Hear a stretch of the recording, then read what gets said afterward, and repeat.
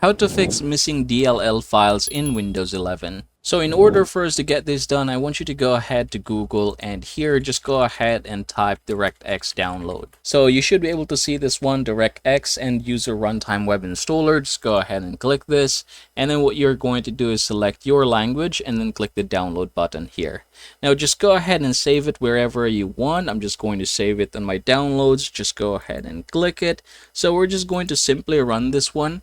We're going to go ahead and click accept and then click next. Now you have the option to install the Bing bar. I usually do not like it, so I just try to uncheck this one. Now click next.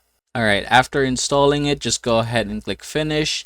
Now once we are done with this one, I want you to go ahead and open CMD, run it as an administrator.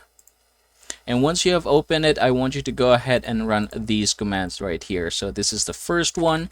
Just go ahead and try to paste it here. Hit enter. And then what you're going to do is just wait for a couple of minutes.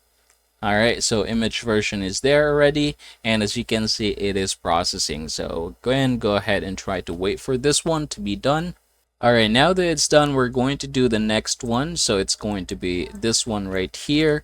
Just go ahead and paste it down here to the latest one or to the last one, and then hit enter. So still the same thing, it is still going to scan, and we're just going to wait for this one to be done. Alright, and now it seems like we are done. So what you can do now is just basically close this one and then try to use your PC as how you would normally do it, and you should be able to fix that problem.